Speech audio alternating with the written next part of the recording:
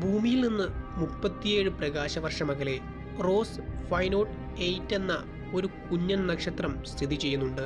നമ്മുടെ സൂര്യന്റെ വലിപ്പത്തിൽ നിന്നും വെറും 18% വലിപ്പം മാത്രമേ ഇതിനുള്ളൂ എങ്കിലും അതിൻ്റെ പ്രകാശം ഭൂമിയിലെത്തുന്നുണ്ടായിരുന്നു.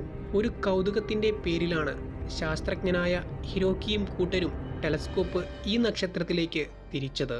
എന്നാൽ കൃത്യമായ 11 ദിവസങ്ങളുടെ വ്യത്യാസത്തിൽ ആ നക്ഷത്രത്തിൻ്റെ പ്രകാശത്തിൽ ചെറിയ രീതിയിലുള്ള മങ്ങൽ സംഭവിക്കുന്നുണ്ടായിരുന്നു. എന്തുകൊണ്ടാണ് ഇങ്ങനെ സംഭവിക്കുന്നത്? അപ്പോഴാണ് അവർ അത് ചിന്തിക്കുന്നത്. ഒരു നക്ഷത്രത്തിൻ്റെ പ്രകാശം കൃത്യമായ ഇടവേളകളിൽ മങ്ങൽ കാണിക്കുന്നുണ്ടെങ്കിൽ അവിടെയൊരു ഗ്രഹമുണ്ട്. നമ്മുടെ ഭൂമിയോട് ഒരുപാട് സാമ്യതകളുള്ള ഗ്രഹമാണിത്. അതായത് ജീവൻ നിലനിർത്താൻ കഴിയുന്ന ഒരു ഗ്രഹം.